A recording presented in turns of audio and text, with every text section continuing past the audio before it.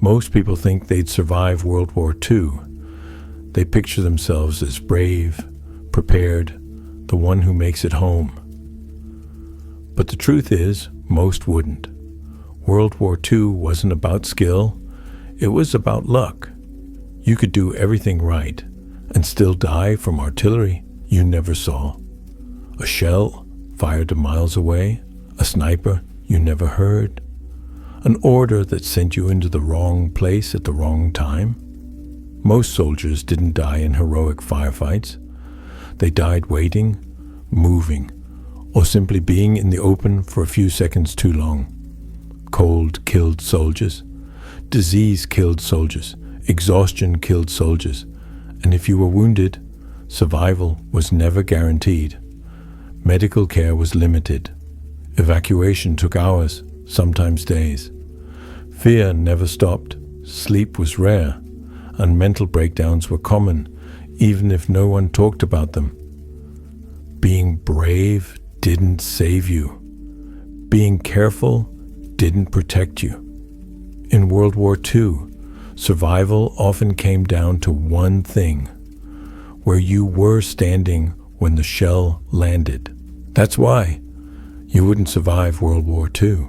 Hi everyone. Tonight we're going to talk about something pretty crazy. What would happen if you woke up tomorrow and became an American soldier fighting in World War II? Trust me, after hearing this, you'll be truly grateful for the mattress you're sleeping on. Oh, and if you enjoy these stories, I'd love to receive a like or subscribe to the channel. I'm curious where you're listening from. So, leave a comment with your location and time. I'm always amazed that people all over the world can fall asleep listening to these stories. Okay, find a cozy spot, take a deep breath, and let your body drift off to sleep. We're going back to January 1945 to the frozen forests of eastern France. So congratulations, you've just woken up in eastern France. It's January 1945 and you're freezing. Not the kind of cold where you need extra blankets. I mean, bone-chillingly cold. You can't feel your toes, your eyelashes are frozen. Bone-chillingly cold. The first thing you notice is you're sleeping on the frozen ground. Not a mattress, not a bunk bed, just frozen earth as hard as concrete. You have a thin wool blanket, stiff with ice around the edges and covered in a layer of fresh snow from the few minutes of sleep you've had. You're wearing the same clothes you've worn for almost 2 weeks. Wool socks haven't dried since Christmas. Your military boots are starting to tear at the seams. Layers of olive green clothing reek of a mixture of sweat, dirt, and the faint metallic smell of fear. There's a helmet beside you, and it's so cold that touching the metal with bare skin would be a mistake. The air smells of pine, gunpowder, and something else. Something vaguely sweet and horrible that you've sadly become accustomed to. The smell of death. When you sit up, every muscle in your body screams in protest. Your back is pressed tightly against the freezing ground. Your joints are stiff with cold. Nearby, you can hear other soldiers stirring in their bunkers. Someone coughs, someone mutters curses, someone prays. This is the siege of Colmar, one of the last German strongholds in France. And you, my friend, are a soldier in Company B, 15th Infantry Regiment, 3rd Infantry Division, U.S. Army. Just days ago, your company had over 100 men. Now, only about 40 remain. You fought almost non-stop since landing in Italy nearly 2 years ago. The good news is, you're still alive, which is much better than many others can say. The bad news is the Germans are about to launch a major counterattack. And you're right in their path. Look to the left. See that skinny kid checking his M1 rifle? That's Audie Murphy, The second soldier from the left. He looks like he's still in high school, doesn't he? Only 19, less than 1.65 meters tall and around 50 kilograms.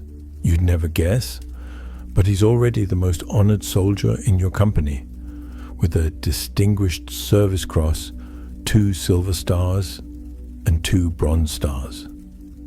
The others call him Baby because of his childlike face, but no one dares joke like that in front of him anymore.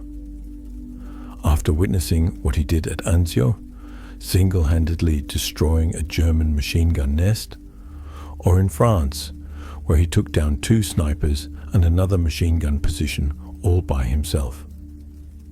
This guy is either incredibly brave or suicidal, probably both. Hey, he nods at you, his breath escaping into the cold air. Get some coffee if you have any left. It's going to be a long day. You crawl out of the shelter, your boots crunching in the snow. The surrounding forest is strikingly beautiful and deadly. Tall pines, their branches heavy with snow. Morning mist hangs between the trunks. In the distance, you can see the village of Hults about a mile away, across the open fields of German-occupied territory. Your position isn't ideal. Your unit is stationed on the edge of a U-shaped forest with open fields in front. A narrow path leads from the forest up to the village. The ground is so frozen that digging a proper shelter is almost impossible. Most people have only managed to dig shallow holes just big enough to get their bodies under. You make your way to what's called the mess hall. It's just a slightly larger section of forest where a poor cook is trying to heat coffee on a small stove that barely emits any heat. The coffee you get is only slightly warm and tastes like mud, but it's still coffee, and the caffeine might keep you awake enough to survive. The Germans are moving, a sergeant says, his face etched with wrinkles far beyond his years. Scouts have detected activity in the village. Maybe nothing. Maybe something is. You take a sip of the awful coffee and feel it rush down your rumbling stomach. When was the last time you ate a decent meal? You can't remember. The dry food boxes you've been eating all this time are better than nothing, but they're not exactly homemade. A small can of processed meat, a few biscuits so hard they could break your teeth, a solidified chocolate bar, and a few cigarettes. A champion's breakfast. The sun begins to rise, casting long shadows through the trees. You hear the distant rumble of artillery, so steady it becomes background noise. Your hands trembled slightly, though you weren't sure if it was from the cold or fear. Soldier Murphy moved among the soldiers, checking positions, encouraging them. Despite his stature and age, there was something about him that inspired confidence. Perhaps it was his calm manner of speaking, or perhaps it was the fact that he had survived so much. When he looked at you, his eyes seemed older than his face. Keep your head down today, he told you. Something was wrong.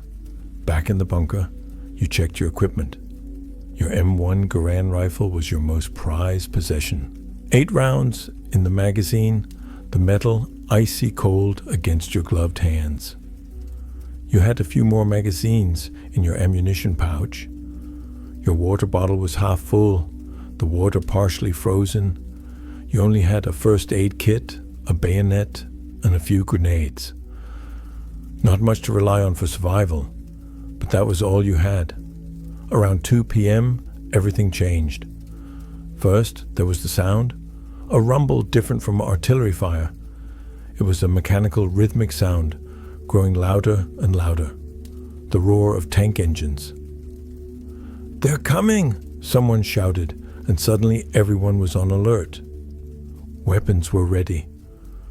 From the village of Hults, emerging from the fog, you could see them.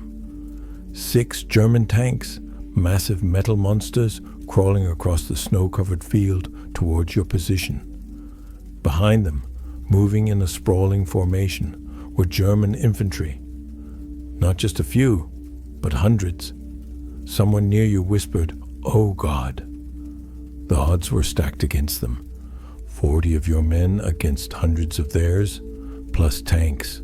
Your company had nothing to stop a single German Panther tank.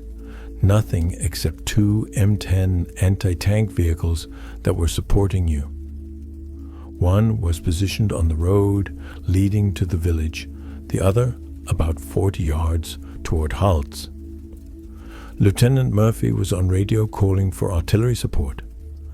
His voice was calm, but you could see the tension in his shoulders. Things were bad, really bad. German artillery opened fire, and the world became noisy and chaotic. Shells exploded between the trees, sending debris and shrapnel flying everywhere. You huddled in a shallow trench, trying to blend into the cold ground. When you dared to lift your head, you saw one of your M10 tank destroyers hit. There was a flash, a bang, and the commander and gunner were gone. The surviving crew abandoned the burning vehicle and ran toward the trees. The second M10 fired relentlessly, trying to slow the German advance, but its shells bounced off the frontal armor of the Panther tank. Then it tried to retreat into the trees for better cover. It veered off course and got stuck in a drainage ditch. Its gun was now useless. Lieutenant Murphy shouted orders. Retreat to second position. Move. Do you know what that means? Your current position can't hold anymore. There's a stronger defensive line set up deep in the woods a few hundred meters, but you still need cover for the retreat. Murphy spoke on the field phone, calling for artillery coordinates. He stood completely exposed, directing fire at the advancing Germans. You thought he must be crazy, but you were also grateful someone was holding off the Germans while you retreated. As you moved back through the trees, keeping low, you turned your head to look back. What you saw made you freeze. Murphy was still there, now alone. The rest of the company was retreating. The M10 anti-tank tank was on fire, black smoke billowing, and Murphy had climbed onto the roof. He had taken up a position behind the .50 caliber machine gun mounted on the burning tank. German bullets and artillery were raining down all around him.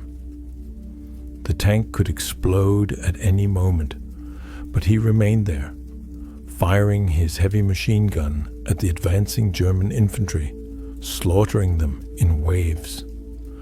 You couldn't hear what he was saying amidst the fierce battle, but you'll learn later that when the artillery coordinator asked how close the Germans were, Murphy replied, "Keep the machine, and I'll let you talk to one of those bastards for an hour." Murphy remained on the burning tank destroyer, firing his .50 caliber machine gun, calling for artillery fire, single-handedly fighting hundreds of Germans. You watched from the trees as the Germans tried to flank him, while tank shells exploded near him, the M10 constantly taking hits and engulfed in smoke. Twice you were certain he was dead. Twice he reappeared from the smoke, still firing. The ground around the tank destroyer was littered with German corpses. The attack stalled, slowed, and finally began to retreat. Only then did Murphy climb down from the burning vehicle and walk back to the American front line. He limped from his leg wound, but he refused to be evacuated. Instead, he organized a counterattack, leading what remained of Back Company back to its original position. The Germans retreated completely to Holtz. You will later learn that Murphy single-handedly killed or wounded about 50 German soldiers.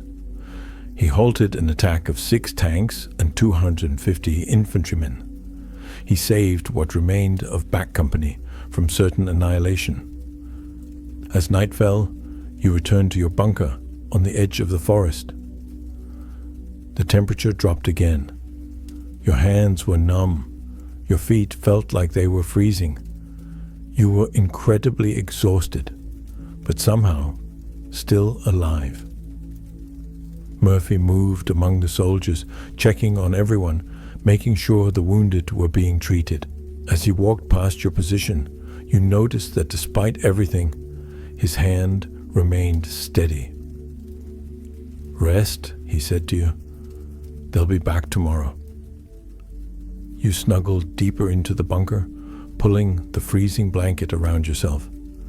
Stars began to appear, twinkling dots in the clear winter sky. You thought of home, of warm beds and hot meals, of streets where no one would try to kill you. You stirred slightly, finding a small spot where the ground wasn't too hard under your hips. The cold seeped through your layers of clothing, but somehow your eyelids felt heavy. Your breathing slowed, and you felt your muscles gradually relax. In the distance, you could still hear the occasional bursts of artillery fire, but right now, there was a strange peace. You were still alive. Your unit was still holding firm. Tomorrow would bring what it brought. You yawned softly, feeling your jaw crack from the cold. Your fingers finally begin to warm up inside your gloves as you pull them up to your chest. The weight of the helmet on the ground beside you offered a strange comfort, a tiny piece of protection in this dangerous world. You took a deep, slow breath, watched it dissolve into the icy air, and prepared for another night in the frozen forests of France, where snow continued to fall gently through the pine branches above. Morning came too early in the icy forest, not with the gentle transition of sunlight through the trees, but with the harsh voice of a sergeant kicking at the bottom of your bunker. "Raise an atom, soldier. The Germans aren't going home just because you're tired." Your body felt like it was made of lead and shattered glass. Every joint ached from the cold. Your back ached like a rock from sleeping on the frozen ground. Your mouth tasted like you'd just chewed coins. The temperature dropped even further overnight. They said this was the coldest winter in Europe in decades. Did you believe it? Ice had formed inside your helmet where your breath froze. Your water bottle was now a solid block of ice. Even your shoelaces were stiff and difficult to pull when you tried to tighten your boots. Around you, the other soldiers of Company B were going through the same morning ritual, groaning as they stretched with frozen limbs, cursing as they discovered which parts of their equipment had frozen overnight, trying to light their cigarettes with numb fingers. "Hey, give me a match," the guy in the next bunker said. He was a new recruit, a replacement who had arrived 3 days earlier, Jenkins or Johnson or something. These days, they come and go so quickly, you barely bother to remember their names. Mine was soaking wet. You tossed him your matchbox. He was young, probably 18, with a round face, still slightly chubby.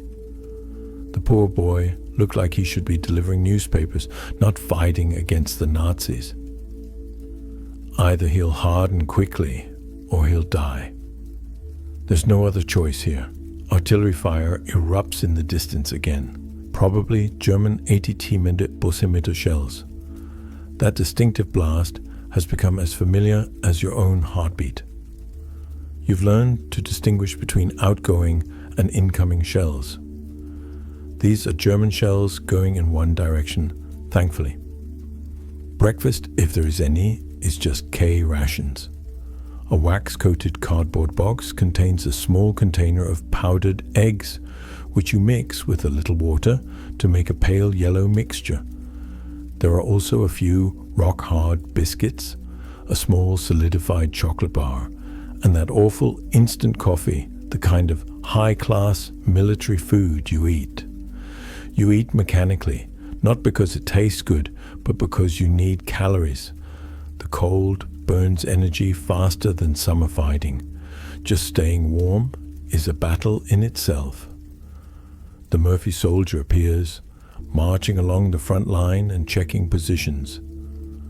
A bandage was visible under his trouser leg where he'd been wounded yesterday, but he moved without apparent pain. His face was gaunt, his cheekbones sharp beneath skin, etched with the marks of time beyond his years. He nodded in greeting as he passed. "Any news from the village?" he asked. "Nothing yet, sir," you replied. "Quiet since early morning." He nodded slightly in confirmation. "They were badly beaten yesterday, but they'll be back. Be vigilant." You watched him continue, speaking briefly to each soldier. He looked tired. In truth, everyone looked tired. But there was an air of calm and competence about him that inspired trust. You had seen commanding officers far from the front lines treating their soldiers like disposable pawns. Murphy wasn't like that. He was right here, side by side with you. The morning dragged on slowly, the paralyzing boredom of war, rushing and waiting. Hours dragged on meaninglessly, interspersed with moments of utter terror. You spent time cleaning your rifle. The M1 Garand was a masterpiece of engineering, but it needed care, especially in these conditions. You disassembled the parts, wiping each detail clean with an oil-soaked rag to prevent rust. The 8-round magazine system was a far cry from the old hand-loaded Springfield rifle from the previous war. His father had served in France in 1918 and carried a rifle like that. He rarely mentioned it. Around midday, a jeep arrived carrying mail and supplies. Letters from home were more precious than gold here. He received 2 letters, one from his mother and one from his girlfriend in Ohio. He kept them carefully, tucked inside his jacket. It was best to read them alone, where no one could see if they made him cry. There were also new socks, which could also be considered Christmas presents. In winter combat, nothing was more important than keeping your feet dry. Trench boots had sent more men off the battlefield than German bullets. You changed your socks immediately, massaging them to feel your toes again. They were pale and wrinkled, but not black, not frostbitten. Another small stroke of luck. "Hey," the boy who borrowed your matches said. "His name is Jenkins," you confirmed. "Is it true what they say about Lieutenant Murphy? That yesterday he single-handedly fought off an entire German company?" You nodded, tucking the damp socks into your coat to dry them with body heat. "I saw it with my own eyes, climbed onto a burning tank and operated the 50 caliber machine gun. He held off an entire German attack for an hour." Jenkins whistled. "They'll give him a medal for that, won't they? Maybe, if we live long enough for the superiors to hear about this." It's not that you're trying to scare the child, but here, hope is a dangerous thing. It's better to prepare for the worst and be pleasantly surprised than the opposite. After lunch, there's more K rations, this time a box of pre-processed meat that could generously be called ham. You're assigned to a patrol. 6 men, commanded by a sergeant named Barlow, are tasked with checking the area north of your position for any signs of German troops. Moving through the snow-covered forest demands special attention. Walk carefully. Listen constantly. Observe footprints, broken branches, cigarette butts, anything that might indicate the presence of the enemy. The winter landscape is deceptive. Every shadow could be a German soldier. Every rustling sound could mean someone is aiming at you. The patrol lasted 3 hours and yielded nothing but exhaustion. Returning to the company, your legs felt like jelly and your lungs burned from the cold air. Lieutenant Murphy was meeting with the rest of the company officers when you returned. Their faces were grim, and they were studying a map spread out on the hood of the Jeep. Something was happening. News was spreading through the ranks. The Germans were retreating from the Kmar encirclement. Intelligence indicated they were redeploying forces eastward to counter the Russian advance. Your regiment was ordered to advance tomorrow, to maintain pressure and prevent any organized retreat. That evening, you ate your dinner, sitting on the edge of the bunker, watching the sunset paint the snow-covered landscape pink and gold. It would be beautiful if this weren't a battlefield. Jenkins sat nearby, writing home as dusk approached. "What are you going to write to them?" you asked. "I mean, to your family," he shrugged. "That I'm fine, that things aren't too bad, the food's good, and I'm making friends." He carefully folded the paper. "What else is there to say? They'll only worry more if they know the truth." You nodded. Your letters home were full of similar gentle lies. It was pointless to tell them about the constant fear, the bone-chilling cold, the men disappearing in the red fog explosions. One moment they were there, the next they were gone. "Why are you here?" Jenkins asked. "Did you volunteer or were you drafted?" "Volunteered. December 1941, right after the attack on Pearl Harbor. It seems like the right thing to do." He chewed a hard candy from his ration box. He had been drafted last August, not even having graduated from high school. He was about to answer when a whistling sound ripped through the air, followed by the unmistakable roar of an incoming shell. His body reacted before his mind, plunging into the bunker. Jenkins followed a split second, landing on top of him as the world exploded. The German shelling lasted 20 minutes. 20 minutes of hell, with the ground shaking, trees falling, and the screams of soldiers. All he could do was press himself to the ground at the bottom of the bunker and pray that the next shell wouldn't be his target. When it finally stopped, the silence was almost as shocking as the noise. His ears buzzed. Dirt and pine needles somehow got into his clothes, his mouth full. He spat and blinked, trying to make sense of things. "Are you all right?"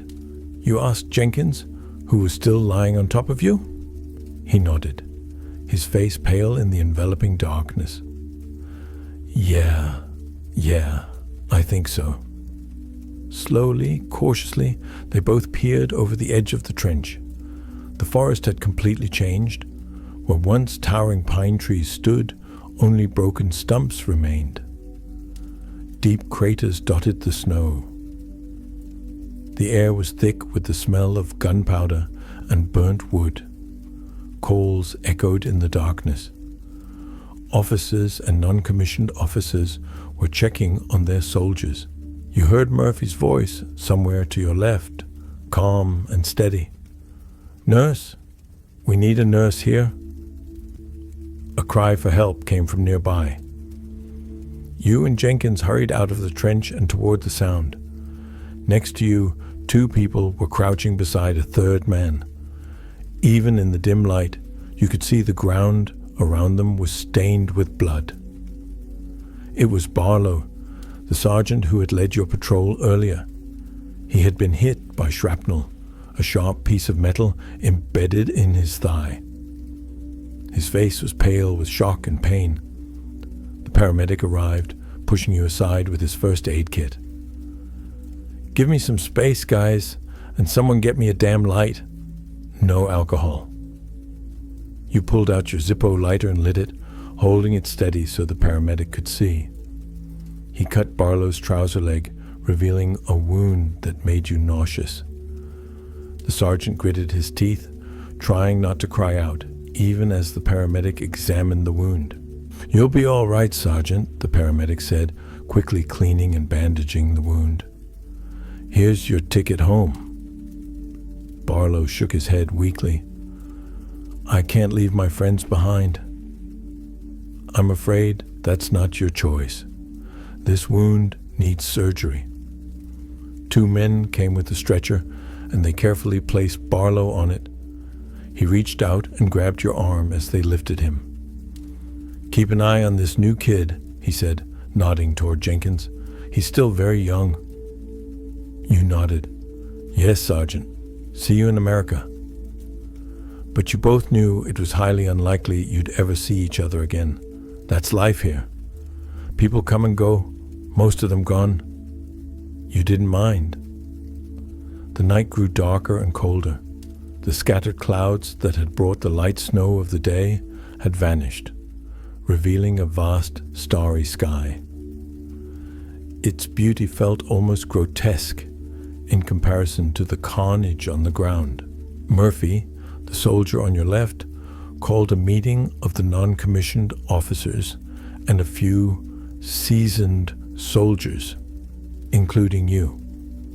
He explained that the German shelling was probably just the prelude to another attack. The enemy knew you would be advancing tomorrow and wanted to disrupt your preparations. He ordered, "Double the guard force tonight. 2 men per position, 4-hour shifts. I want someone monitoring that village all night." You are assigned to guard duty from midnight to 4 a.m. along with Jenkins. When the time came, they both went into the bunker, rifles resting on their knees, eyes straining to see through the darkness. The temperature had dropped sharply, and your breath formed small clouds in front of you. "How could you endure it?" Jenkins whispered after about an hour of silence. "The wait. I mean, the knowing they're out there, watching us right now?" You pondered that question. You simply did. You focused on each minute, each hour that followed. Don't think too far ahead. "I'm scared." He admitted it all the time. "Everyone is. Only liars and madmen would say they're not scared here." The conversation fell silent after that. The cold made talking difficult. And anyway, you needed to listen more than you talked. The night was filled with small sounds, the creaking of frozen branches, the distant rumble of vehicles, the occasional flash of flares illuminating the wasteland between your position and the village. Around 3 a.m., you detect movement at the edge of the forest. You tense, raising your gun, but it's just a deer, a small one, treading lightly on the snow. It stands still, sensing your presence, its large round eyes reflecting the starlight. For a long moment, you stare at each other, 2 creatures living in a deathly scene. Then it turns and darts away, its white tail gleaming in the darkness. When your shift ends, you wake up for the next shift and crawl back into your sleeping position. Though cold and uncomfortable, exhaustion quickly sets in. Your dreams are a jumble of homes and war, the faces of friends, both living and dead. The sound of your mother's voice mingled with the whistling of falling artillery. Dawn arrived with a thin, grey light that offered little warmth to the frozen landscape. But there was a change in the air, a sense of anticipation. Today you advance. Today you will fight the enemy. As you prepared to arm yourself for the assault, Lieutenant Murphy passed by your position. He looked even more tired than yesterday, if that were possible, but his eyes were still clear and focused. "Ready?" he asked simply. You nodded, fastening your helmet strap. Ready, sir? He patted your shoulder, the weight of his hand firm and reassuring through your layers of clothing. We advance to the village, clear out any resistance and keep going. One step at a time. That's how we win. The unit's formation stretched along the edge of the forest, facing the open field leading to Haltzere. The morning mist gradually dissipated, revealing the remnants of yesterday's battle. A burnt-out tank, the blackened bodies of fallen German soldiers still lying in the snow, the ground churned up by artillery fire. You checked your rifle one last time, making sure it was loaded. Beside you, Jenkins was doing the same. His movements were mechanical, his face rigid with determination. He met your gaze and nodded slightly. He was terrified, but he would still press on. That was courage. The signal sounded from below. It was time. You took a deep breath of the cold air, feeling it fill your lungs. Your heart pounded, but your hands remained steady. You had done this before. You would do it again, one step at a time. As Murphy had said, as you emerged from the trees into the open field, the sun rose through the clouds, illuminating the snow in a brilliant display of light. For a brief moment, it was breathtakingly beautiful. Then you moved forward, your boots crunching on the icy ground, rifle at the ready. You shifted slightly, adjusting your center of gravity as you walked. The marching rhythm forced your muscles to warm up, to stretch. Your breathing became steady. Inhale through your nose, exhale through your mouth. It was pleasant, that's all. Step after step forward. The morning light grew stronger. The village of Haltzere appeared before you. A cluster of stone houses with red tiled roofs, now partially covered in snow. Smoke rose from a few chimneys. From a distance, it looked almost peaceful, like a Christmas card. It was hard to believe it was teeming with German soldiers trying to kill you. The advance across the open field was the most vulnerable part. 200 yards, about 60 meters, offered no cover. Lieutenant Murphy called for artillery support to suppress any German resistance, but the artillery was never accurate.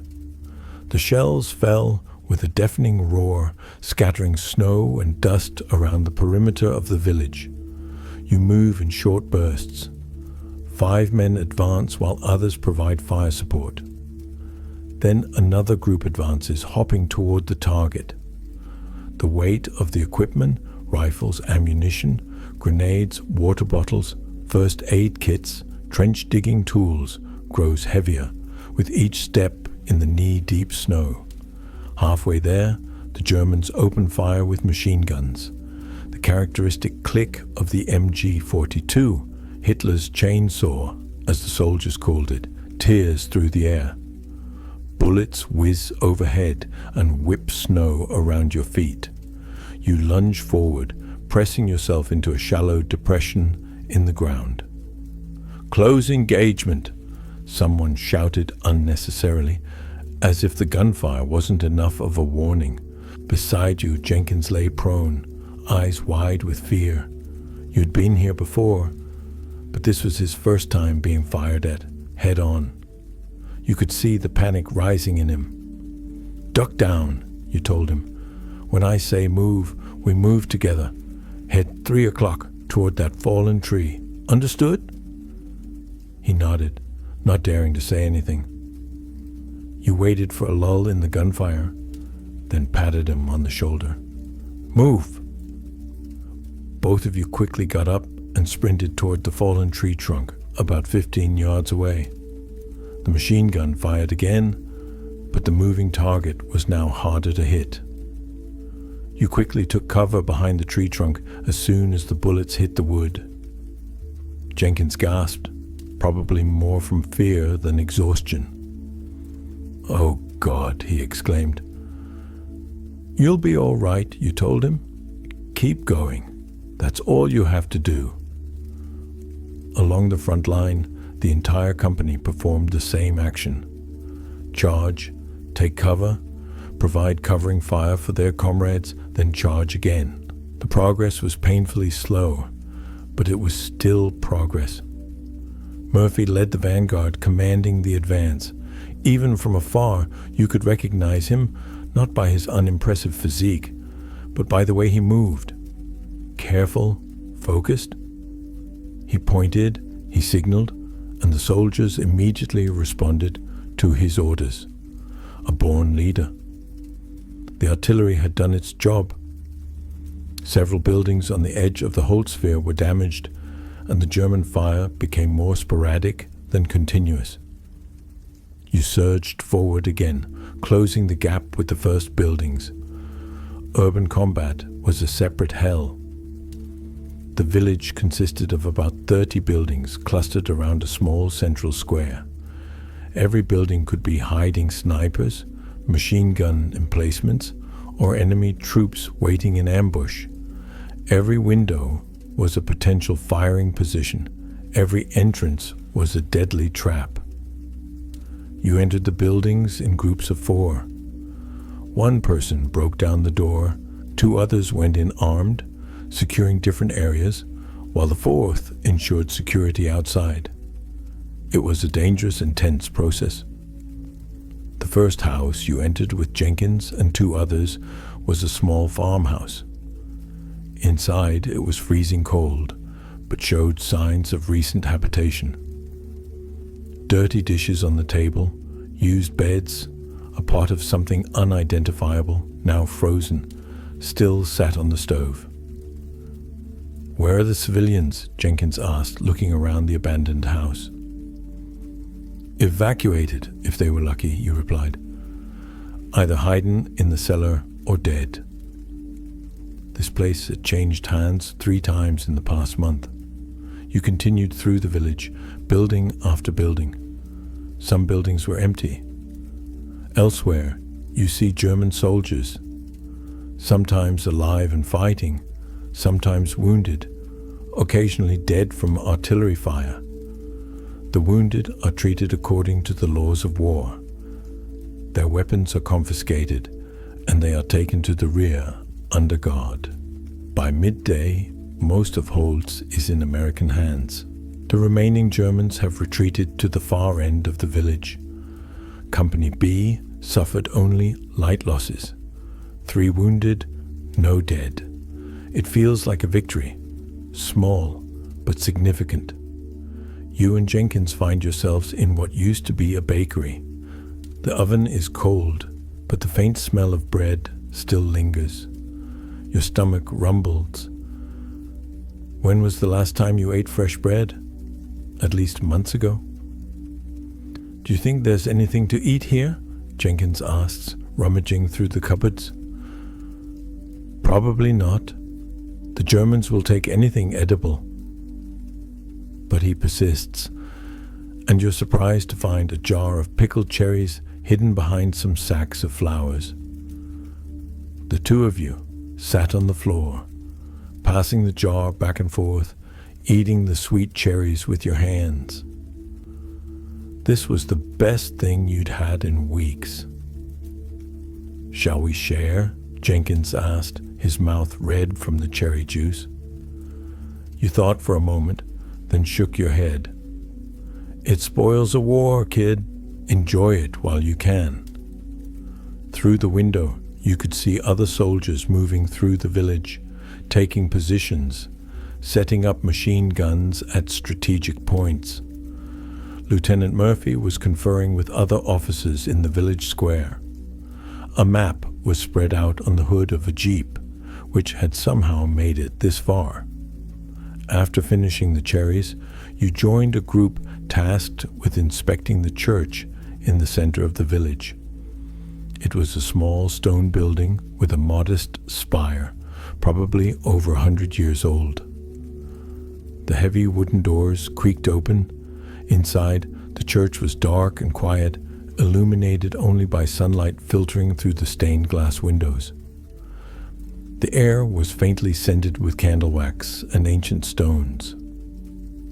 Rows of pews were neatly arranged, and a simple altar stood at the front. It seemed untouched by the war raging outside, except for the bodies. In the front row, an elderly couple sat side by side, their hands clasped. From behind, they might have been praying, but as you approached, you saw small, neat holes in the backs of their heads, the kind used for executions. "Why?" Jenkins whispered. "They were just old people. You'd seen this before, perhaps collaborators, or suspected of aiding the Americans, or simply obstacles. In war, reason is of the essence. The sight was heartbreaking. This was what you were fighting against. Not just an army, but the mindset that made executing the elderly in church seem justifiable. You helped carry the bodies out for a proper burial when you had the time. The ground was too frozen to dig a grave, but someone had covered it with tarpaulin and weighed it down with stones. By late afternoon, the company had established a defensive perimeter around Hullsphere. Machine guns were positioned to protect all approaches. Bunkers and fighting positions were dug where there was soil, or erected behind walls and in trenches where the ground was too frozen. The Germans might counterattack, and you needed to be ready. You were assigned a two-person position in the northeast corner of the village, where there used to be a garden. A low stone wall provided some cover, and you had dug a shallow hollow behind it. Jenkins was your partner again. He seemed to cling to you, like a duckling attracted to the first thing it saw. As the winter sun began to set, casting long blue shadows on the snow, Lieutenant Murphy went on patrol, checking positions. He stopped at your position, crouching down beside the wall. "How's the ammunition?" he asked. 6 magazines for the M1, 2 grenades. You report. Jenkins has about the same. Murphy nodded. "Supplies will arrive tonight, but keep some aside in case. Any movement out there?" "Nothing yet, sir." He surveyed the open field outside the village, his eyes narrowed. "They'll be coming from the east, most likely. The dense forest will obscure their path. Be vigilant." After he left, Jenkins turned to you. "Do you think we can hold this place?" You pondered the question. "We'll try. That's all we can do." The temperature dropped rapidly as night fell. The clear day gave way to a harsh, freezing night. Your breath formed crystals on your scarf. Any skin in contact quickly became numb. You and Jenkins took turns guarding. One slept for an hour, while the other stood watch. Sleep came erratically and was restless. You dreamed of warmth, of a roof over your head, of a bed with real sheets. You woke when Jenkins shook your shoulder, his face dim in the moonlight. "It's your turn," he whispered. You sat up, stiff and aching. Every joint protested every movement. You thought you were too old for this, even though you were only 23. But age didn't make you old in war. But it's the endless miles, the relentless walking, the carrying of heavy loads, the frantic search for cover, the nights on the frozen ground. Your body feels exhausted, weary. Standing on the wall, you gaze around at the distant darkness. The moon is nearly full, casting enough light to see the fields and the edge of the forest in the distance. Nothing moves except the occasional snow blizzards stirred by the wind. Complete silence, broken only by your own soft breathing. This is the hardest part of war, not the fighting, but the waiting. Endless hours of vigilance when nothing happens. Your mind deceives you. The darkness becomes the enemy's soldiers. The wind sounds like whispered German commands. Exhaustion makes your eyes see movement where there is nothing. In these quiet hours, thinking home is both comforting and painful. You think of your parents' house in Ohio, the smell of your mother's cooking, your father's laughter. You think of Sarah and wonder if she's still waiting for you. Her letter says she is, but you've seen how war changes relationships. Distance stretches the bonds between people until sometimes they snap. A soft sound beside you indicates Jenkins has given up on sleeping. He sits down next to you, his rifle resting on his knees. "Can't sleep?" you ask. "My feet are freezing," he admits. "I thought I'd stay and keep you company." You share a cigarette, shielding the flame with your hands to avoid being seen from afar. This is against the rules, but small comforts are incredibly important here. The pungent cigarette burns your throat, but brings a fleeting warmth to your chest. "Is anyone waiting for you at home?" Jenkins asks, offering you the cigarette. "A girl named Sarah. We've been in love since high school. And you?" He shook his head.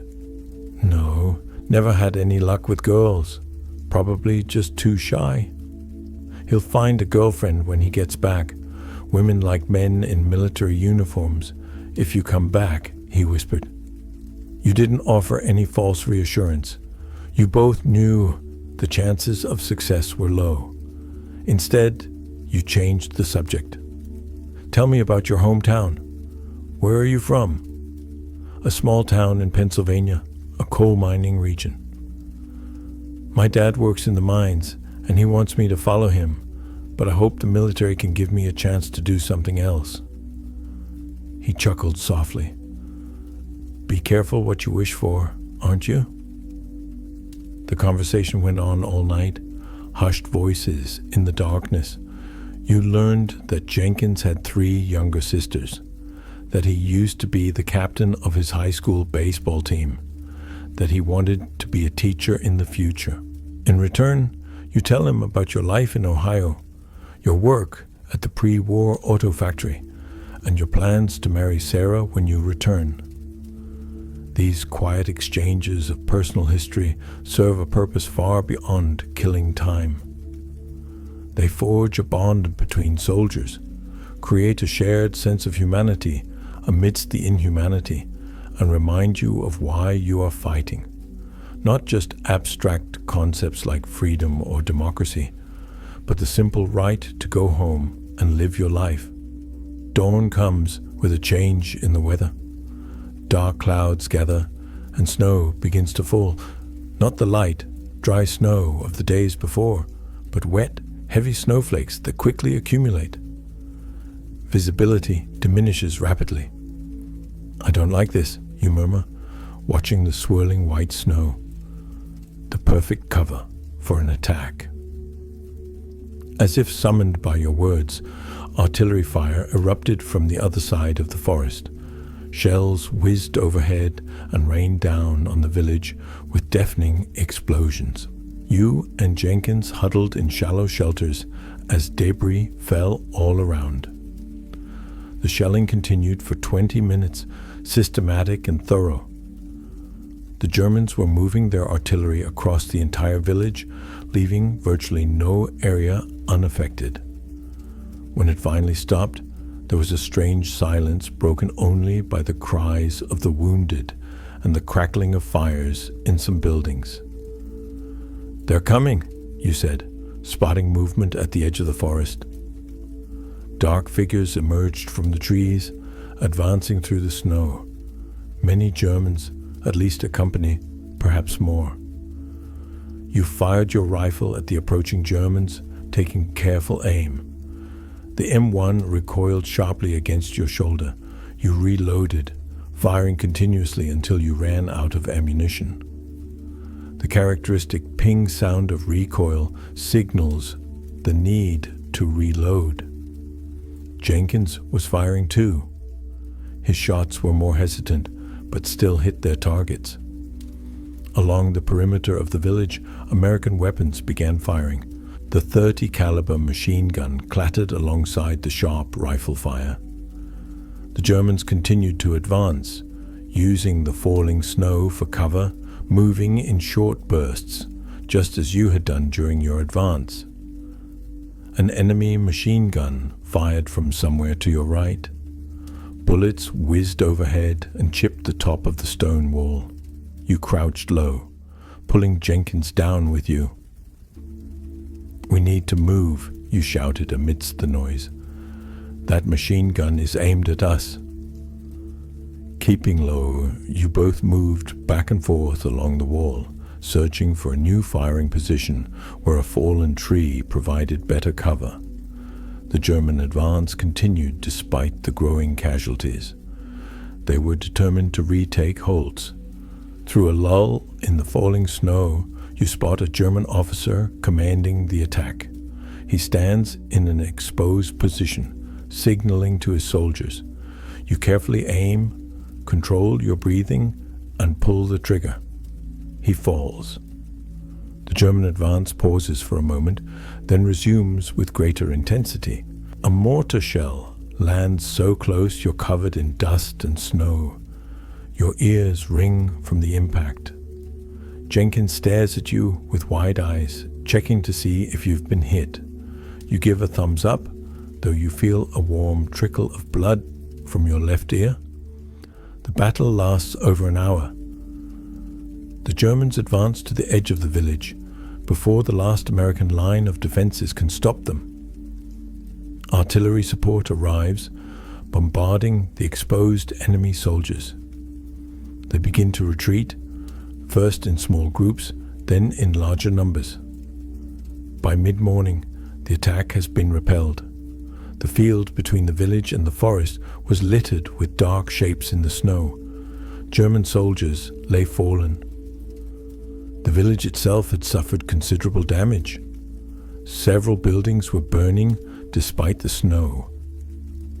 The church bell tower had been hit by gunfire and was partially collapsed. Nurses moved between American positions to treat the wounded. You helped Jenkins bandage a small shrapnel wound on his arm, not serious enough to send him to the rear. Your ear had stopped bleeding, though it was still ringing. Lieutenant Murphy appeared, moving quickly from position to position, assessing the situation. His uniform was dirty and tattered, and there was a streak of blood on his face that might not have been his. He looked exhausted, but alert. "Hold the line well," he said to you. "We've received reports of several German units advancing from the north. They're not finished with us yet." "How long do we have to hold this place, sir?" you asked. He gave a forced smile. "Until we are replaced or overrun, hopefully the first." The day continued with sporadic skirmishes. German snipers fired at careless Americans as they exposed themselves. Artillery shells randomly fell on the village, keeping everyone on edge. You and Jenkins took turns sleeping every 2 hours. Neither of you let your guard down completely. The snow continued to fall, gradually burying the traces of the battle. Layers of white snow covered the bodies on the battlefield. The village became quiet, except for the occasional rifle fire or distant explosions. During a break, you found a relatively intact cellar beneath a damaged house. It was warmer underground, sheltered from the wind and snow. You and Jenkins made a small shelter there, hanging a blanket over the entrance to block the light from your single candle. In this relatively safe little corner, you allow yourself to relax a bit. You share a can of meat from your K rations, using bayonets as makeshift eating utensils. Jenkins pulls out a tattered deck of cards, and you play a few rounds of gin rummy to kill time. Do you think we'll make it tomorrow? He asks, discarding the 3 of clubs. Probably. It depends on intelligence about the German positions. Village by village. That's how we win. Village by village, he repeats, almost to himself. It seems like it will be lost forever. But it won't be forever. The Germans are running out of men, running out of supplies. We keep going. They keep retreating. Eventually, they will fail. He didn't mention the price. How many American lives would have to be sacrificed to achieve that final victory? He didn't talk about the replacements who came every week to fill the gaps left by the dead and wounded. He didn't share his secret fear that he wouldn't be one of those who returned home. As night fell completely, he returned to his defensive position. The snow had stopped falling and the clouds had dispersed, revealing a starry sky. The temperature had dropped sharply again. The cold seeped through his layers of clothing, making his fingers stiff on his rifle. Sometime after midnight, in the darkest hours, he heard a small sound from Jenkins.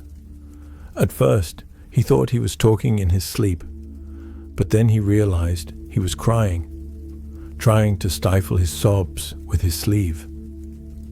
He pretended not to notice. Crying isn't uncommon here, especially among new recruits. Constant fear, exhaustion, cold, homesickness, it builds up until it's unbearable. Better to let it quietly surface in the darkness than to burst out when it truly matters. After a while, he stops and wipes his face with his gloved hand. "Sorry," he whispers. "Nothing to apologize for," you reply. "Rest. I'll wake you if anything happens." He leans back, his breathing gradually returning to normal. You watch him and the dark landscape in the distance.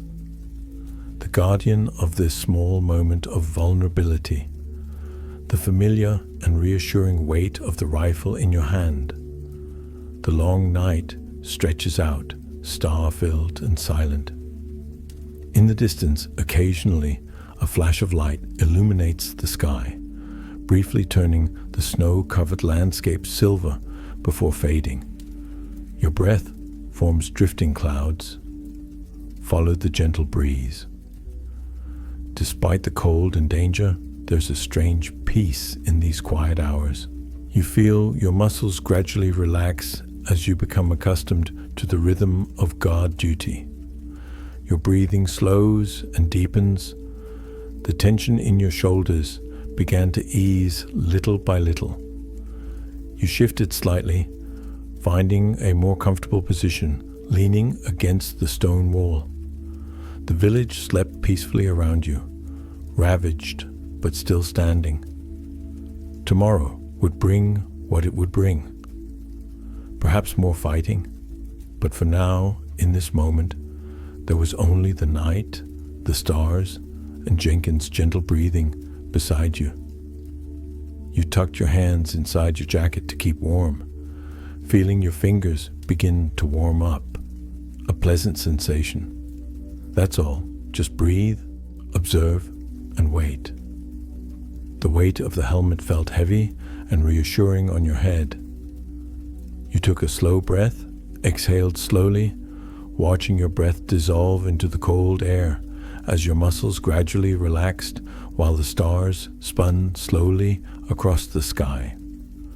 Morning brought clear skies and renewed activity. You were awakened by the sound of vehicles, American trucks and jeeps pulling into the depots from the west. Reinforcements. Finally, you nudge Jenkins, who blinks awake with the fleeting confusion of someone who doesn't remember where they are until the harsh reality hits. "Looks like we're about to get reinforcements," you say to him, nodding toward the convoy. New recruits pour down from the trucks, their uniforms still quite clean, their faces not as haggard and worn as the veterans. They look around the war-torn village with a variety of expressions, from curiosity to anxiety. The soldier Murphy on the left greets the new officers, while the company sergeants organize the distribution of supplies. You and Jenkins line up for ammunition. Each receives 3 M1 magazine straps. The quartermaster also hands out new socks and some magical chocolate bars. Or genuine Hershey's chocolate, Jenkins says, his eyes sparkling as he slips his bar into his pocket. I'm saving this for a special occasion. He's more practical, unwrapping it and taking a bite. The sweetness was almost shocking after weeks of bland and Creation's cereal. The special occasion was now, kid. There might not be another chance. The border was crossed by the sergeants. The company would move in an hour northeast toward Rhine.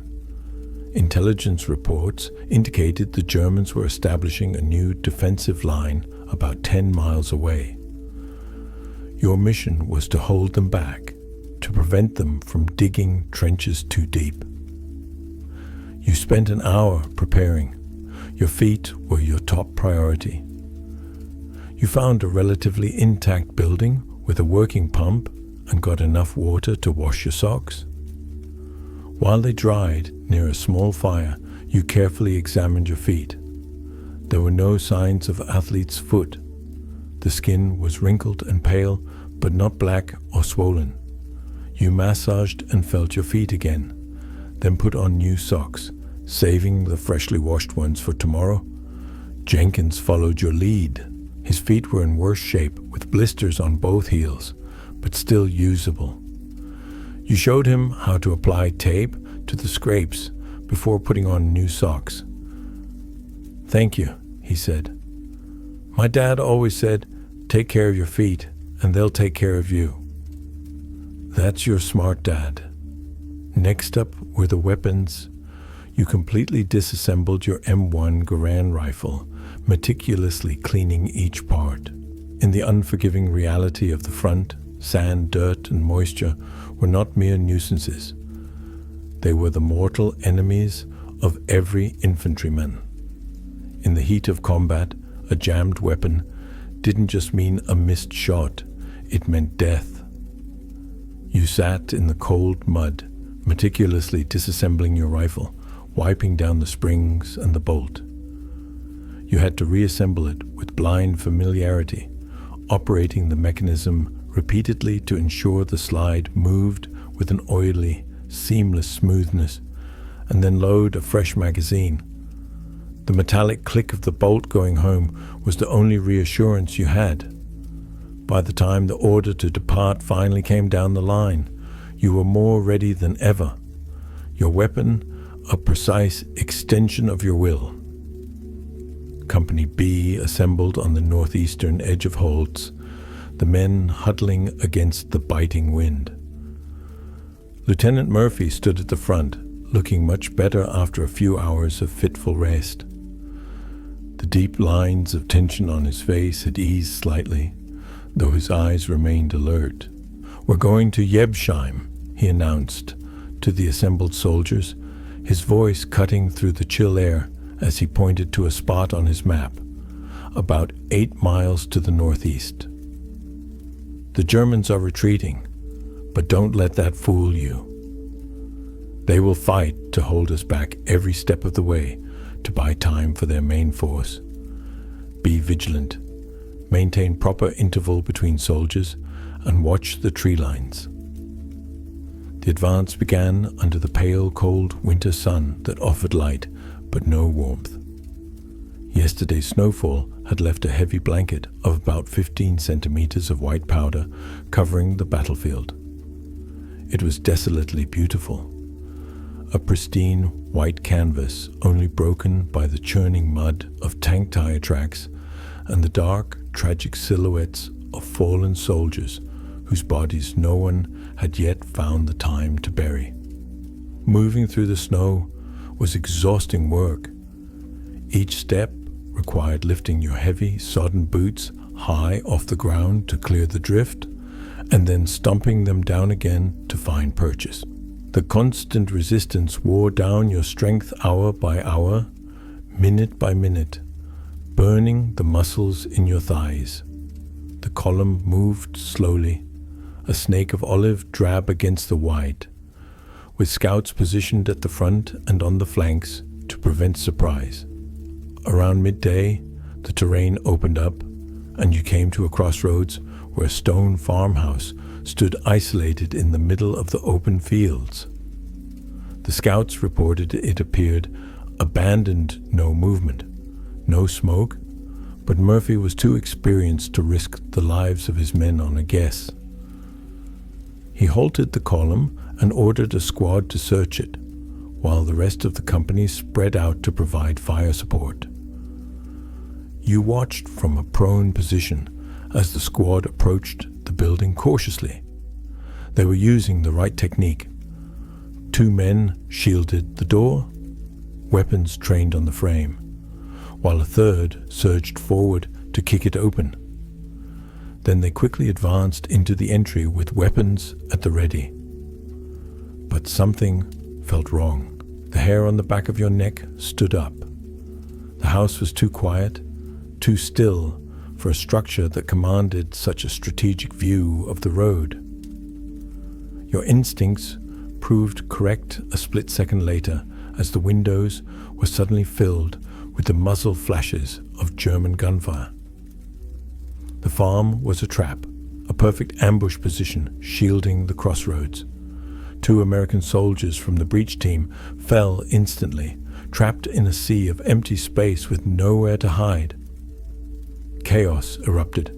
Shouts rang out as men threw themselves prone in the snow, returning fire blindly at the stone walls. The Germans had at least 1 machine gun inside the building. Its distinctive rapid ripping sound echoed amidst the general crack of rifles. Lieutenant Murphy immediately began organizing the response, his voice steady over the din. He directed a light machine gun crew to set up behind a low stone wall to provide suppressive fire, forcing the Germans to keep their heads down. Simultaneously, he called in the anti-tank gunnery team, knowing that the thick stone walls of the farmhouse would offer excellent cover from standard rifle fire, but not against heavy ordnance. The company's medic, ignoring the snapping bullets and the shouts of warning, crawled on his belly toward the wounded men near the door. He tried desperately to pull one to safety, dragging him by his harness, but the other soldier was clearly beyond saving. His bright red blood stood out vividly, shockingly, against the white snow. The anti-tank team advanced into position, kneeling in the slush to aim the bazooka at the farm's facade. "Clear back blast," someone screamed. The blast of air formed a cloud of snow behind them as the rocket launched with a violent whoosh. It struck the building with a deafening explosion, shaking the ground and blowing a jagged hole in the wall. A second rocket followed immediately, then a third, crumbling the masonry. After the final blast, a heavy silence fell over the field. Then a piece of white cloth, likely a torn shirt, appeared in one of the shattered windows, waving frantically. A surrender flag. 4 German soldiers slowly emerged from the ruins, raising their hands high. As they drew closer, you saw they were young, not much older than Jenkins, with the gaunt, hollow faces of men who had endured prolonged food shortages. Their uniforms were tattered and patched, lacking the terrifying quality of the German equipment they had been wearing in the propaganda films. They were shivering as they were searched and disarmed. One of them spoke hesitant English, his voice trembling. "The war is over for us," he said, staring at the ground, unable to look you in the eye. "Better to live as a prisoner than to die for a lost cause." You didn't hate these soldiers in that moment. You felt just a weary sense of recognition, realizing they were doing their duty just as you were. If circumstances were reversed, if you were the one starving and surrounded, you might be the one surrendering. The German troops were pulled to the rear under guard, and the advance continued. The incident at the farm had cost the company valuable time and a good man, but things could have been much worse. Murphy, however, seemed deeply saddened by this loss. His face was grim, his jaw set tight as he rearranged the formation to fill the gap left by the dead. Days passed, each mile dragging slowly beneath your feet. The terrain changed, becoming more wooded, with gently sloping hills replacing the flat open fields that surrounded Holzfear. The tactical situation became more claustrophobic. Every patch of dense forest, every snowy hilltop, held a potential ambush, and the company moved with increasing caution, eyes scanning the tree lines constantly. Late in the afternoon, while trudging through a drift, you spotted something unnatural in the snow ahead. A boot, partially buried. Looking closer, you saw with a jolt that it was still stuck to a foot. A U.S. soldier lay there, half covered in a drift. His eyes stared blankly at the gray sky, his rifle still clutched in his freezing blue hands. "The 3rd Battalion passed through here yesterday," Murphy said, his boots crunching softly as he approached you. He looked down at the body with a heavy sigh. "They had a fierce battle pushing through this sector. Kneel down and check the identification tags," he ordered softly. You brushed the snow from the soldier's cold neck. "James Mitchell? He's from Tennessee?" He was a man you'd never met, a stranger with a life and a family, yet he was bound to you by the uniform you both wore and the fate you shared. You closed his open eyes with your thumb and covered his face with his scarf. That was the only small measure of dignity you could offer him now. "Should we bury him, sir?" Jenkins asked, his voice thick with emotion. Murphy shook his head slowly. "We can't spare the time or the energy. The grave registration units will come up behind us. They'll take care of him. We need to keep moving forward." "That's the harsh reality of war," Murphy added, looking toward the horizon. "The dead wait while the living fight." He marked the location precisely on his map so the body could be found later. Then, without looking back, he returned to the head of the advancing formation. As night fell, the company had covered about 6 miles. It was not as far as planned, but it was good progress given the deep snow and the skirmish. The company established a defensive perimeter in a small grove of pine trees that offered some shelter from the biting wind. No fires were allowed near the enemy lines. A flame would be a beacon for mortars. So, dinner was another cold, joyless meal of canned K rations. The grease congealed at the top of the tin. As the darkness deepened, the cold hit with a physical force even more intensely than the previous nights. The temperature plummeted definitely below 0. Your water bottle froze completely solid within an hour. Your breath formed ice crystals on your wool, scarf, and collar, scratching your skin. Even the act of blinking was painful as your eyelashes froze together. "How cold do you think it is?" Jenkins asked, his teeth chattering audibly as he huddled beside you in the foxhole you had dug together. "It's unbearably cold," you replied, rubbing your arms. "But I was in Bastogne last month. That was worse. This is just miserable." To keep warm, you sat shoulder to shoulder, sharing a single wool blanket draped over your heads. It wasn't enough, but the shared body heat was better than nothing.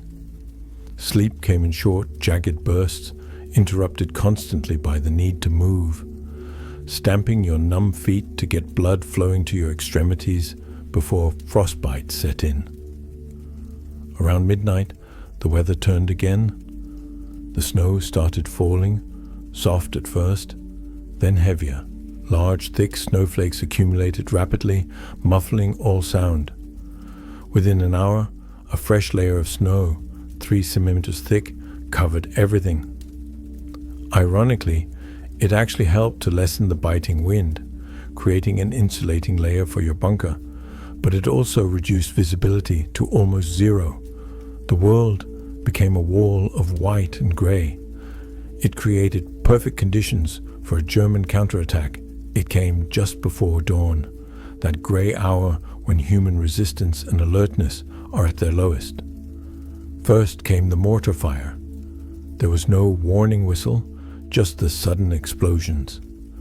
Dozens of shells rained down on your position with terrifying accuracy. The Germans had had time to register their firepower on this grove. "Get to the bottom of the hole!"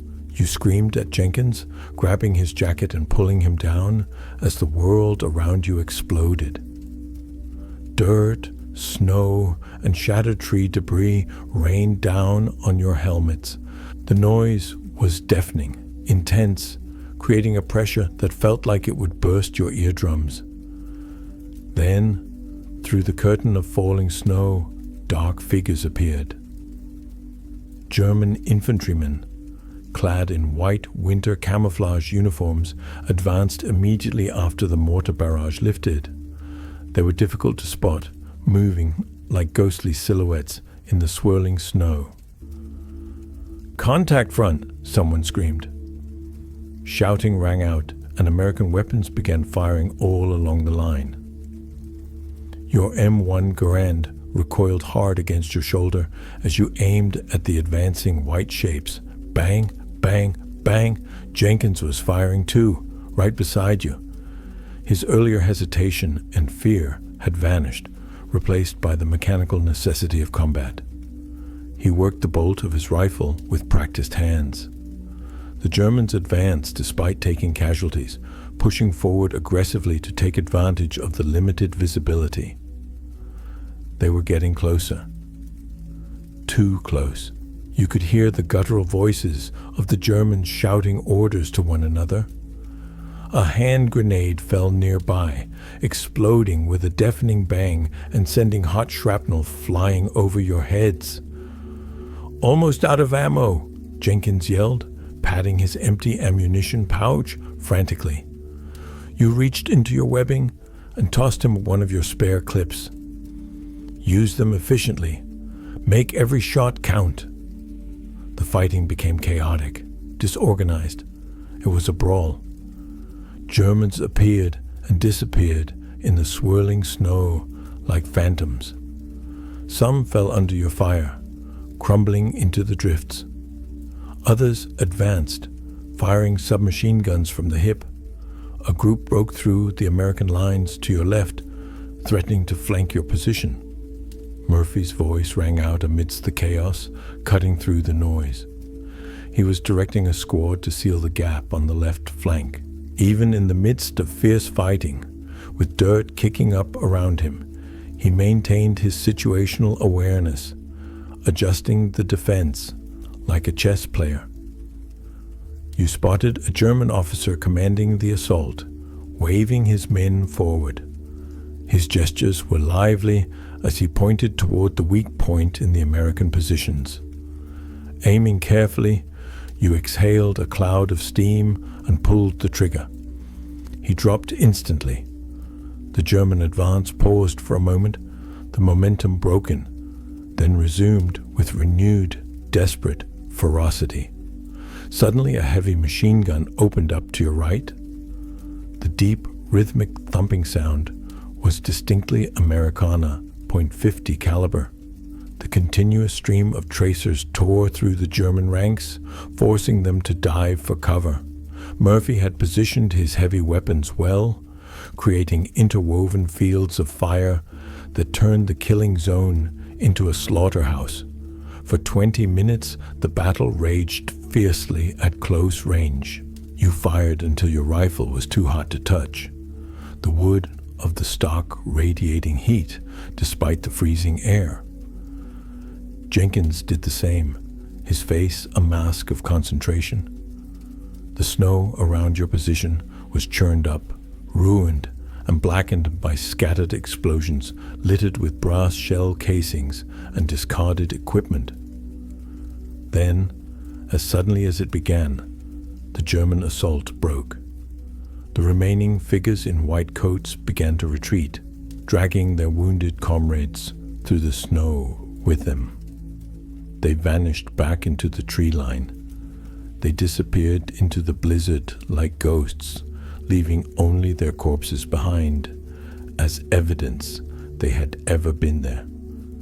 In the sudden ringing silence that followed, you could hear the wounded calling for medics. "Medic! Over here!"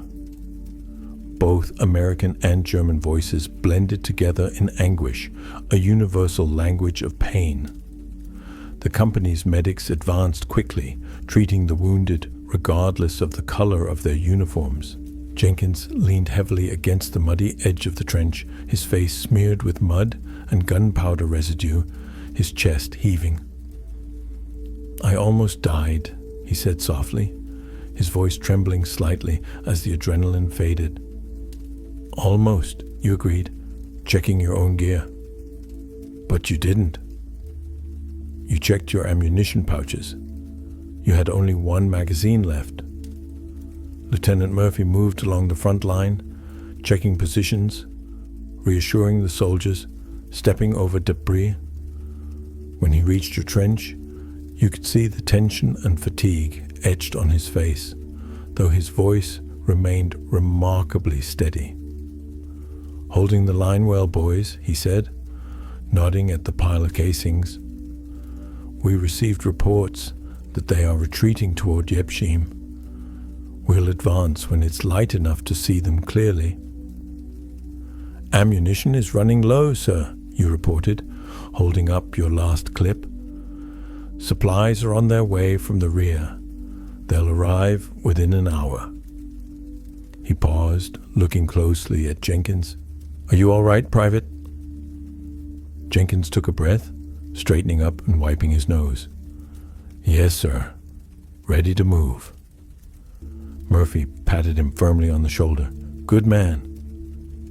As he left to check the next hole, Jenkins looked at you in surprise. "The lieutenant remembered my name," he whispered. He was very particular about knowing his subordinates. You told him. "That's why we're willing to follow him wherever he goes, because he knows us." The sky gradually brightened into a gray dawn, though the snow continued to fall softly. The battlefield emerged in the spreading light, a landscape transformed by violence. The ground was riddled with black bomb craters. Trees stood bare, their broken trunks pointing skyward like accusing fingers. Dark figures lay half buried in the snow. Some moved weakly, waiting for help, while others remained motionless forever. The promised ammunition supply finally arrived, brought up by a squad from the support company. You received 2 fresh M1 magazines and a few grenades. Best of all, there was a large thermos of hot coffee, a luxury that seemed unacceptable in the primitive conditions of the line. You and Jenkins took turns sipping the hot, bitter liquid from the cap, closing your eyes and feeling the warmth spread through your chests and out to your frozen limbs for the first time in days. It was a small pleasure, a tiny comfort, but here, small pleasures were all you had to hold onto. The company reorganized to advance. Casualties were relatively few, all things considered. Light. 3 dead, 7 seriously wounded enough to be evacuated by jeep, others with less serious injuries, shrapnel cuts. Frostnip chose to stay with the unit, rather than leave their friends. Among the infantrymen, there was an unwritten rule. You must not abandon your comrades unless you are absolutely unable to continue. By mid-morning, the snow had stopped falling and visibility improved significantly. The company moved out, advancing cautiously through the rough, broken terrain. You were in the second squad, with Jenkins still right by your side, shadowing your movements. Lieutenant Murphy, as always, led the way from the front, refusing to lead from the rear. The day passed in a blur of weariness and hypervigilance. Miles of snow-covered terrain, occasional brief skirmishes with German rear guards, short stops for rest and reorientation. Your world narrowed down to the few feet of ground directly in front of you, the weight of your rifle, the sound of your own breathing, the placement of your boots. By late afternoon, you could see Yebshem in the distance. It was another village, very similar to Holzfir, with grey stone buildings and a small church tower rising above the roofs. Smoke rose from several positions, drifting lazily into the sky evidence of recent fighting. The boom of artillery fire grew louder, thumping against your chest. The 3rd Battalion had already joined the battle there. Company B stopped in a wooded area about half a mile from the village to stage for the attack. Lieutenant Murphy gathered the squad leaders for a brief tactical meeting while the rest of the men took a moment to rest. You sat leaning against a rough pine tree, massaging your legs to regain some feeling in your numb toes. Jenkins slumped beside you, too tired to even open his eyes. "Almost there," you said to him, nudging his boot. "Yeah," he mumbled. "The last major defensive point, before the Siegfried Line. Once we capture it, the Germans will have to go on a permanent defensive." He nodded, too exhausted to speak further. You offered him your water bottle, which you had kept inside your jacket to keep it thawed. He drank gratefully, wiping his mouth, then returned it. The brief rest ended too quickly. The squad leaders returned with orders. Company B would support the 3rd Battalion's assault on Yebshimi, advancing from the southwest flank while the main force attacked from the west to squeeze the defenders. It was now 6 p.m., just before nightfall. You looked at your watch, an old Bulova that used to belong to your father. It read 5:45 p.m., less than an hour to prepare to cross the open ground. You helped Jenkins stand up, his joints popping, and together you checked your weapons one last time. His hands were now steady, his movements efficient and sure. He had changed profoundly since you first met him. He had been honed by the trials of the battlefield from a naive rookie into a seasoned soldier. "Listen," you said to him as you adjusted your helmet strap, pulling it tight. "Stay close to me as we advance. Urban combat is different. It's faster, closer, more chaotic. Always be alert and watch the upper windows. That's where they keep their machine guns and snipers." He nodded seriously, gripping his rifle. "I'll be right next to you." As the company deployed into a skirmish line for the assault, Lieutenant Murphy moved among the soldiers, offering words of encouragement here, a nod of approval there. When he reached you and Jenkins, he stopped for a moment. "This battle might be tough," he said bluntly, meeting your eyes. "The Germans know that these towns are their last natural barrier. They will fight to the death for Yebshimi." "We will fight even harder, sir," you replied. He smiled slightly, the expression changing the weary look on his youthful face. "I know you can do it. That's why we will win." At exactly 6 p.m., the sky tore open. American artillery bombarded Yepshimi. The ground shook violently with the explosions, sending plumes of earth skyward. Smoke and dust billowed over the village, obscuring the church tower. After 5 minutes of intense shelling, the barrage lifted, and the sharp whistle to attack sounded. The company advanced in a spread-out formation, each man keeping 5 yards apart to minimize casualties from artillery or machine gun fire. The ground sloped gently down toward the village, a killing field with only a few hiding places among the piles of snow and frozen drainage ditches. When you were halfway to the first buildings, the Germans recovered and began firing. Their machine guns opened up with a terrifying roar. Their fire was well organized, sweeping back and forth across the American front line like a scythe. Many men fell into the snow. Some were hit by bullets, others were just diving frantically for cover.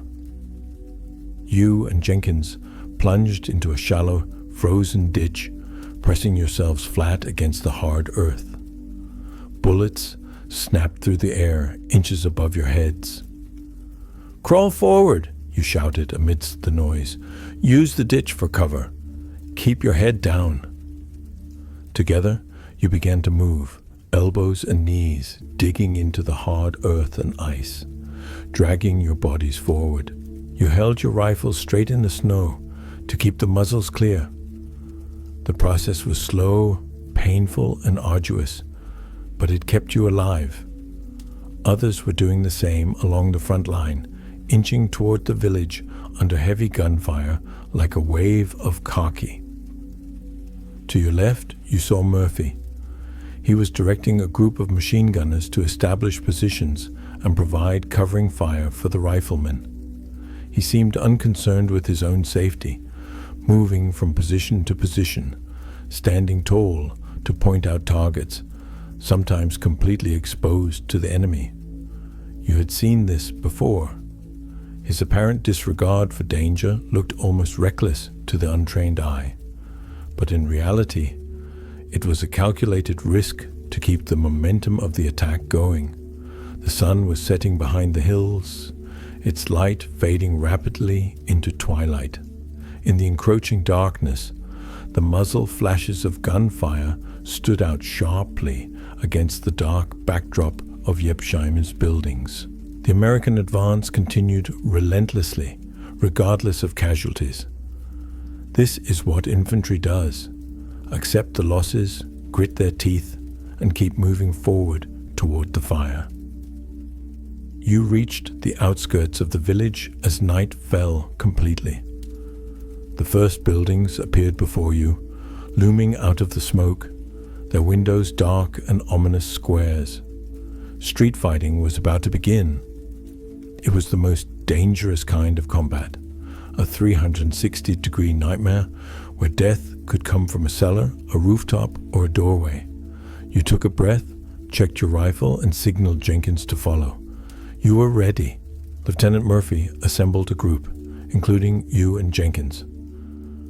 "We need to clear each building one by one," he said, his voice calm despite the bullets whizzing overhead. "Teams of 4, standard procedure. I'll go first. Davis, you come with me. Johnson and Williams, you too." You felt a momentary relief that you and Jenkins weren't in the first team, but immediately felt ashamed at the thought. Murphy looked at you, his eyes filled with understanding. He knew. He'd experienced the same fear, relief, and embarrassment. "The second team will come in a minute after we enter," he continued. "That's you, Richards. Go with Jenkins, Miller, and Thompson. Clear the building to the right of ours." You nodded, accepting the responsibility. "Yes, sir." Murphy glanced at his watch. "Synchronize immediately. We'll be in exactly 3 minutes." Those 3 minutes seemed endless as you prepared. You re-explained the procedure to Jenkins, ensuring he understood his role. The second team will cover the left side of each room while you go in the right. Miller and Thompson will provide rear guard and support. Remember speed and decisiveness in action, you told him. Move fast, shoot first, question later. Anyone inside is considered hostile until proven otherwise. His face was pale in the darkness, but his teeth were clenched in determination. I'm ready. At the appointed time, Murphy's team advanced. They approached the first building, a 2-story stone house with shuttered windows. Murphy signaled, and Davis kicked open the door. They quickly stormed in, weapons at the ready. Gunfire erupted from inside almost immediately. You counted the seconds, then signaled your team to advance. The next building was similar, possibly a small shop with living quarters above. Its door was slightly ajar, instantly putting you on alert. It could be a trap. Pulling a grenade from your belt, you pulled the pin and threw it through the doorway. A deafening explosion echoed in the cramped space. Before the dust settled, you were out the door. Jenkins was right behind you. The first room was empty except for scattered furniture and fragments from your grenade. You quickly moved to the next room, defending the right side while Jenkins defended the left. It was a kitchen, also empty, though a pot still sat on the cold stove. Miller and Thompson guarded the ground floor while you and Jenkins went upstairs, carefully making your way up the creaky wooden steps. At the top was a small landing with doors leading to bedrooms. The first was empty. The second had an elderly German couple huddled in bed, terrified by the gunfire and your violent intrusion. You lowered your gun slightly. "Nicht Sheen," the old man pleaded. "Don't shoot. We're from Zilliston." His wife added, "We're civilians." You used your limited German to tell them to stay put, that you weren't there to harm non-combatants. They nodded frantically, clearly willing to agree to anything to keep them alive. The rest of the house posed no military threat. You assigned Thompson to watch out for civilians, while the rest continue scouring the building, checking closets, under beds, anywhere a soldier might be hiding. Outside, the gunfire continues, house after house, building after building, village after village being cleared. It's a slow and dangerous job. Occasionally, the night is torn apart by the sound of grenades or long bursts of machine gun fire. Flares illuminate the scattered scene, creating blinding white light and deep shadows that make familiar things seem strange and terrifying. After checking the assigned building, you regroup outside. Murphy's group has also secured their objective, although Davis is slightly wounded by flying debris. "We keep moving," Murphy orders. "Next block, same group." And so it goes, all night long. The pattern repeats. Approach, enter, check, secure. Some buildings are empty. Other buildings held terrified and huddled civilians. A few houses were German soldiers who either fought to the death or surrendered when they realized their position was hopeless. By dawn, about half of Yebshim was in American hands. The Germans still held the northern area, concentrated around the church. They had established a strong defensive position there, with machine guns supporting the approaches and snipers in the bell tower. Your group had been fortunate so far, with no casualties despite several near misses.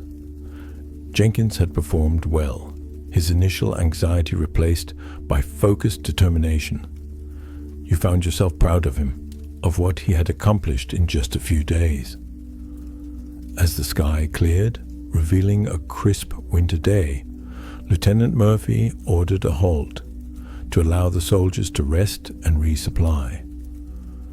The company set up a temporary command post in a relatively intact building near the center of the defended area.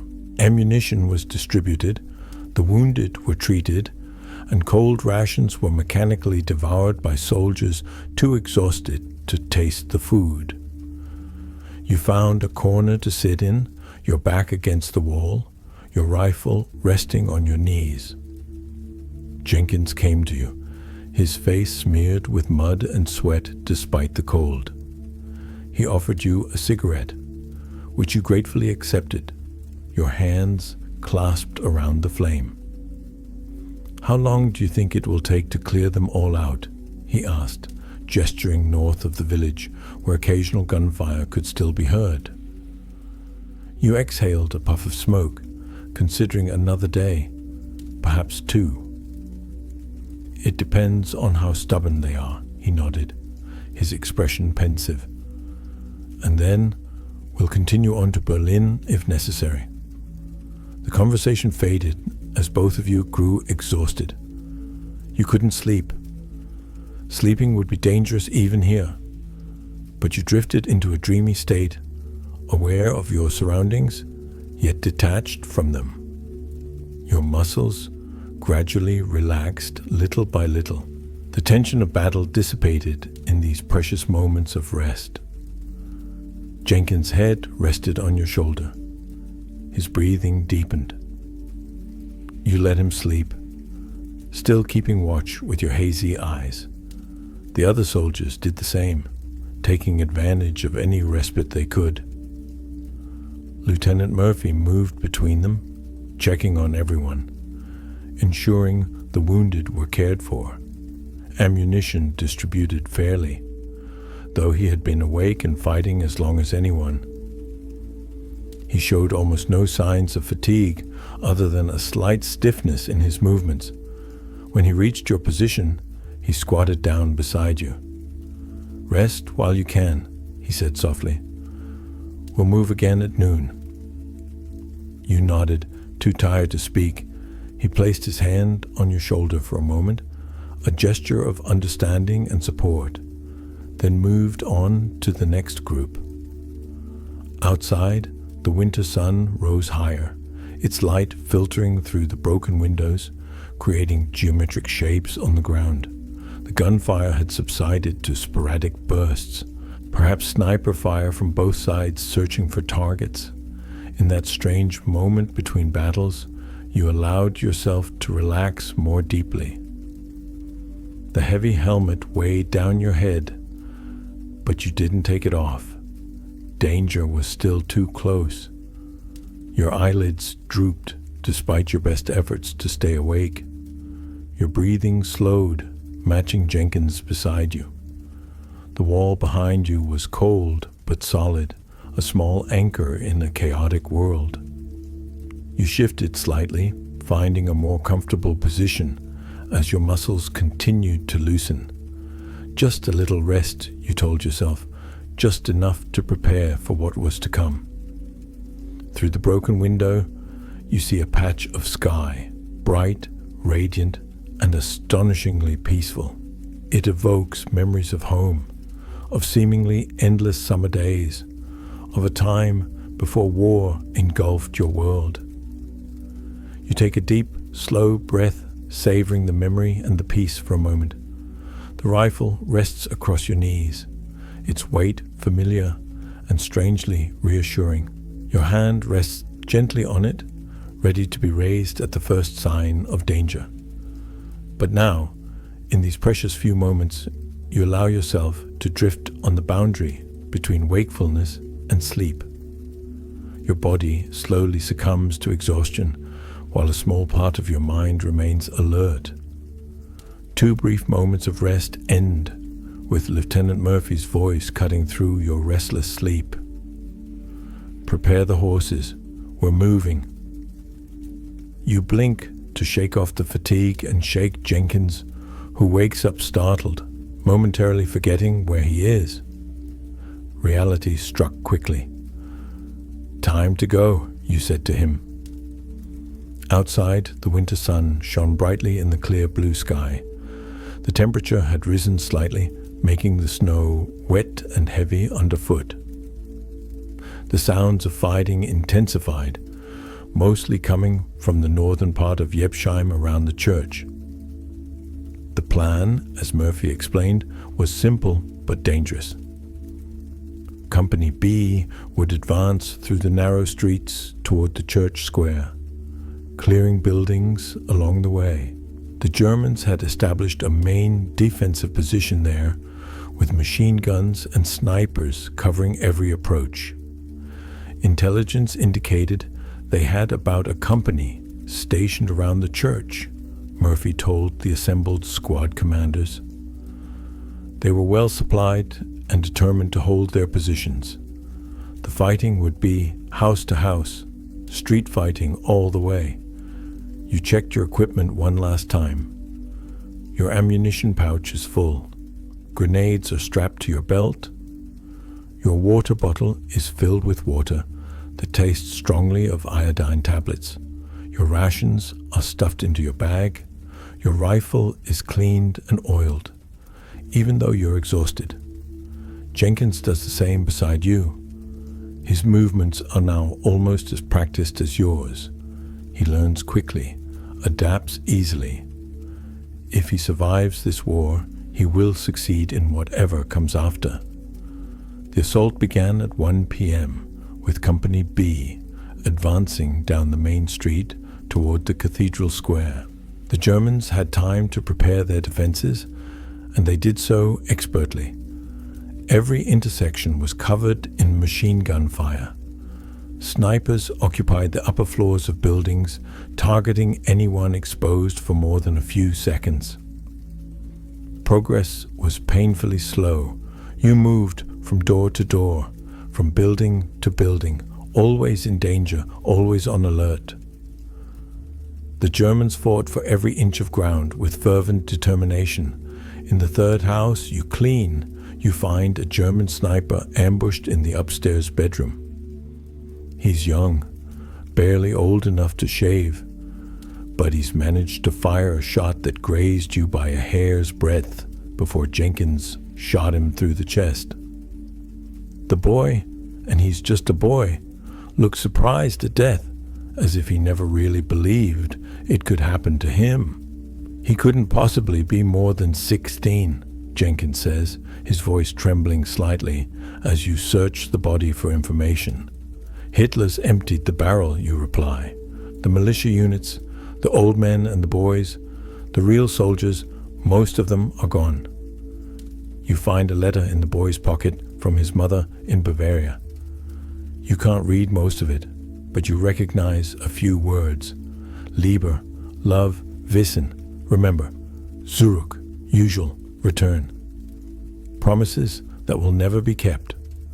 Now, despite the exhaustion and numbness brought on by the fighting, you still feel a pang of regret. This boy was someone's son, someone who loved him and prayed for his safety. Now he is just another victim in a war that has claimed millions of lives. You tuck the letter into your pocket, not as a trophy, but because it seems wrong to leave it here with his body. Perhaps one day it can be returned to his family, a small consolation in their grief. The advance continues, building after building.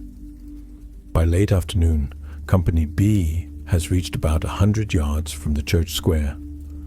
Casualties are relatively light. 2 men were so severely wounded that they had to be evacuated. Several others were lightly wounded and chose to continue fighting. Murphy, the soldier on the left, orders a halt at the last row of buildings before the empty square. The church is now clearly visible. Its stone walls were riddled with artillery shell holes. The tower was damaged, but still stood. German machine gun positions were positioned around the perimeter of the cathedral behind sandbags and rubble. Moving through that gap would be suicidal. "We need to flank them," Murphy said, observing the situation through binoculars. Richards, lead your team through these buildings to the right. See if there's a position to fire at their machine guns from the side.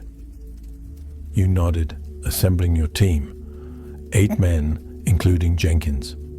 Murphy pointed out that the buildings were a row of shops next to apartments above, their back walls bordering an alley that could provide discreet access to the side of the cathedral square. Moving through the buildings was dangerous. Close quarters combat was necessary. Every doorway, every room could hold enemy cover. You proceeded methodically, clearing each area as you went, communicating with hand signals to maintain silence. In the third building, you find what you need: a second-floor window offering a clear view of the German positions from the flank. All their machine guns are pointed toward the main approach, leaving their flank relatively vulnerable. You position your team's Browning automatic rifle, operated by Private Wilson, at the window.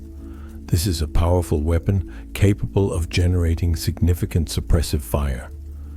The rest of the team takes positions at other windows, ready to support the assault. Using the field phone, you report the situation to the tenant on your left, Murphy. "We're in position, sir.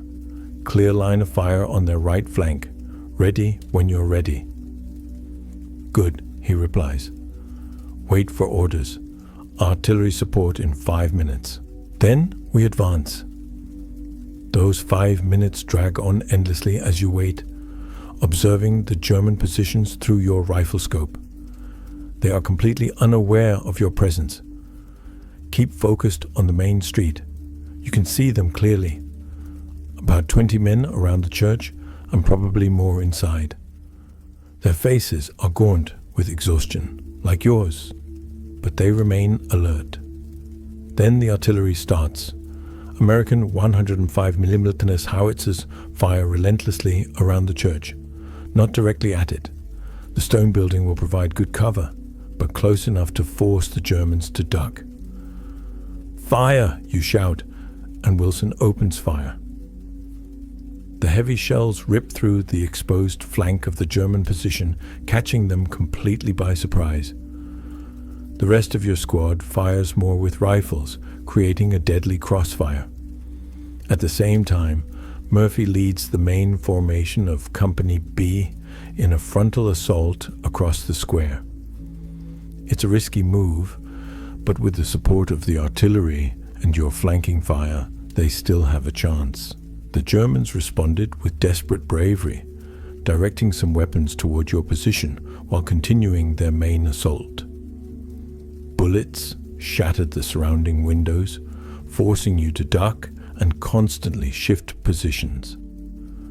Jenkins was beside you, firing steadily, his face focused. He was a completely different man from the timid replacement who had arrived just days before. Combat changes people quickly, either crushing them or tempering them. Jenkins had become tougher. The battle for the cathedral square lasted 20 minutes. 20 minutes of fierce close-quarters fighting felt like hours.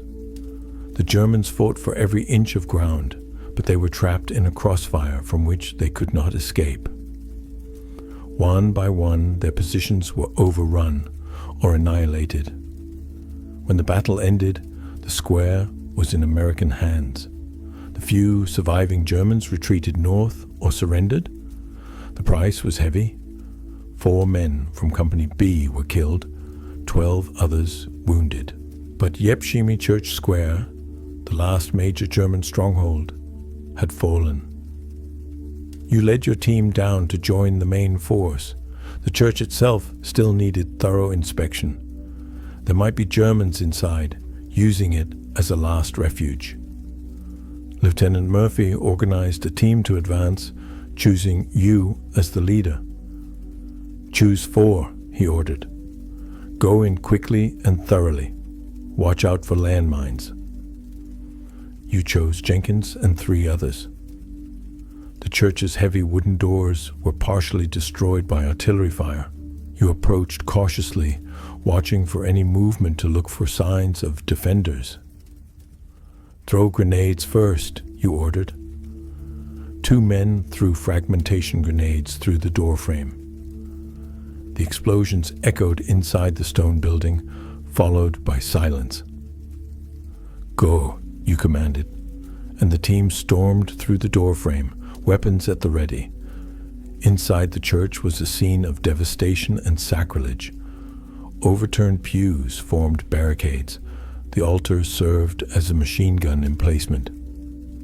Ammunition boxes piled before religious statues. Shattered windows, shards of brightly colored glass scattered across the stone floor. But there were no guards left, only the dead. 3 German soldiers lay amidst the rubble, victims of earlier grenades or artillery fire. The rest had fled or surrendered. As you passed the bell tower, a perilous climb up narrow, winding steps ensued. You contemplated the irony of fighting and dying in a house of God. The Germans had turned this sacred space into a fortress, and you had turned it back into a dilapidated home. That was the nature of war. It corrupted everything it touched. From the top of the tower, you could see the entire village and surrounding countryside. To the north, the last German units were retreating toward the Rhine, relentlessly pursued by American artillery. To the south and west, American forces were consolidating gains, establishing defensive positions and treating the wounded. The Rhine itself loomed in the distance, a silver ribbon cutting across the winter landscape. Across the river lay Germany, the enemy's homeland. The war was far from over, but the situation had changed irreversibly. The Germans were now on the defensive, fighting for their own country, not for occupied territories. You reported to Lieutenant Murphy. "The church area is secure, sir. The observation from the tower is excellent." He nodded, studying the map. "Good. Rest the troops. We will hold this position tonight. Tomorrow we will advance toward the Rhine." The rest of the day passed with routine tasks filling the gaps between battles. Ammunition was redistributed. The wounded were evacuated. Defensive positions were set up in case of a counterattack. Food was consumed reluctantly, but with the awareness that it was a necessary source of energy. As night fell, the temperature dropped again, though not as harsh as the previous nights. You found shelter in a partially damaged house near the church square.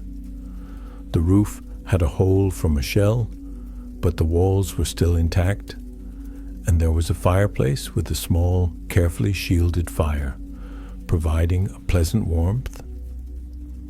Jenkins sat beside you, cleaning his rifle with mechanical precision. His face in the firelight looked older, the childlike innocence fading under the pressure of combat and constant vigilance.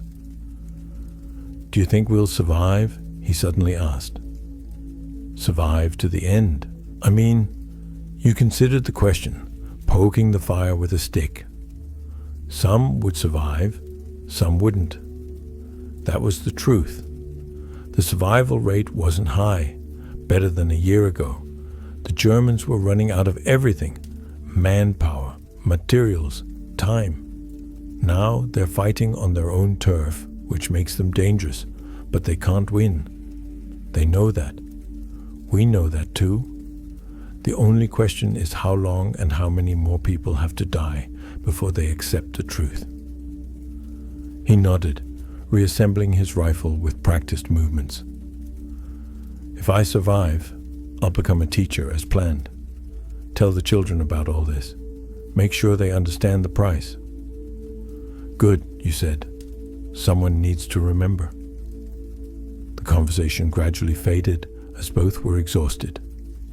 Jenkins wrapped himself in his blanket and fell asleep, leaning against the wall. You continued guarding for a while longer, staring at the dying embers, lost in thought about home and what awaited you after the war, if you survived to see it. Eventually, sleep became inevitable. You tidied up the things within reach, placed your helmet beside you, and lay down in the most comfortable position possible. The sounds of the village at night echo through damaged rooftops. The occasional distant gunshots, the murmurs of the guards, the creaking of crumbling buildings. Your mind wanders back to the past. The defense of Haltzera, Murphy's incredible resistance in his burning anti-tank tank, the advance to YB Scheim, the house-to-house battles. So much death and destruction, and for what? So that the people back home could live without fear, could continue their daily lives in peace and safety. Was it worth it? On nights like these, cold, exhausted, and far from home, it's hard to say. But the next morning, you'll wake up and keep going, because that's what the soldiers do. They keep going until their mission is accomplished, or until they can't go any further. Years later, long after the war, you'll remember these moments with a clarity that surprises you. Horror and boredom, camaraderie and loneliness, how time seems to stretch and compress in combat. Seconds feel like hours, days pass in a blur, smells and sounds never quite fade from your memory. You'll remember Lieutenant Audi Murphy, the reluctant hero awarded the Medal of Honor for his resistance at Holtz, who became the most honored American soldier of the war. You'll see his face on movie posters because, yes, he became a Hollywood star after the war. And you'll think of him not as a celebrity, but as the weary young officer, the leader from the front lines, the one who knew every soldier by name, the one who did what needed to be done, no matter the cost. You'll also remember Jenkins, the inexperienced rookie who became a true soldier right before your eyes. You'll wonder if he returned home safely, if he became the teacher he aspired to be, if he told his students about the war and its true meaning. Above all, you'll remember the cold, the biting, persistent cold of that winter in France and Germany. The cold seeped into everything, making things harder, every wound more painful, every moment of rest less comfortable. On those cold January nights, decades later, you'll wake reaching for a blanket that never quite warmed you, shivering from a vague chill. But all that belongs to the future. For now, there's only this moment. A dilapidated house in an occupied village, a dying fire, Jenkins breathing nearby, and the weight of his rifle within reach. Tomorrow will bring what it brings, but tonight, this small moment of safety is enough. Your eyelids grow heavy as the fire dies down to embers. Tension begins to drain from your body, muscle by muscle. First, your shoulders relax away from your ears, which you unconsciously held tight. Then your back is no longer stiff against the wall. Your legs stretch out in front of you. The aches and pains of the long walk gradually disappear. Your breathing slows, deepens, inhaling through your nose, exhaling through your mouth. This rhythm is almost hypnotic, lulling you into sleep. The sounds around you, Jenkins' soft snoring, the occasional crackling from the dying fire, the distant sounds of the village begin to blend together, forming a strangely familiar backdrop. Your body weight seems to increase, pressing you closer to the floor. Not uncomfortable, just heavy, as if gravity has increased. Your arms and legs feel pleasantly heavy, difficult to move, even though you don't want to. Your mind, which had been swirling with tactical anxieties and memories of home, began to quiet down. Thoughts still came, but now slower, less hurried. They drifted like leaves on a stream, needing no action, no response, just observations noted and released. The cold that had clung to you for weeks now seemed less bothersome. A warmth spread from the center of your body outwards to your hands, feet, fingers, and toes. Not the scorching heat of a summer day, but the gentle warmth of a body, resting, conserving energy, preparing for sleep. Your heartbeat, which had raced with every explosion, every moment of danger, now stabilized into a slower rhythm. Thump, thump, thump, thump. The most basic rhythm, the foundation of existence. Thump, thump, thump, thump. Reliable, stable, gentle. The line between wakefulness and sleep began to blur. Your awareness of your surroundings gradually fades, replaced by a feeling of weightlessness, as if you were gently floating on a calm sea. The hard floor beneath your feet seems to soften, supporting your body instead of resisting it. Images appear behind your closed eyelids, not the sharp invading memories of the battlefield, but gentler scenes. Home, family, peaceful moments before the war. They demand no attention or evoke emotion. They simply exist, comforting you in their familiarity. The weight of the helmet beside you, the presence of the rifle within reach, the awareness that others are guarding while you restall, combine to create a safe zone, however temporary, however illusory, but at least for this moment, you are safe. You can surrender and drift off to sleep. And so you sink deeper into the gentle darkness where war cannot catch up, where there are no gunboats, no machine guns, no frozen bunkers or desperate assaults, only silence, peace, and the precious absence of fear. Your breathing now becomes slow and steady, each exhale a little longer than the last. Your body feels wonderfully heavy, pleasantly still. Even your thoughts slow down, then become just a few scattered drops, and finally disappear completely. In this moment, suspended between wakefulness and dream, there is absolute peace. No past to regret, no future to fear, only now, only this, only the gentle flow of your breath and the steady beat of your heart, and the pleasant weight of weariness finally reclaim its place. Sleep doesn't come suddenly, but is a gradual descent into slumber, a deep dive into the earth that welcomes and envelops you. The last glimmer of consciousness acknowledges that tomorrow will bring more fighting, more danger, more cold. But that is tomorrow. Tonight is only rest, deep, complete rest to heal. And as you sink into that final surrender, one final image emerges. Not war, but homes, peace, a world where young men don't huddle in freezing shelters or clean up ruined villages, house by house.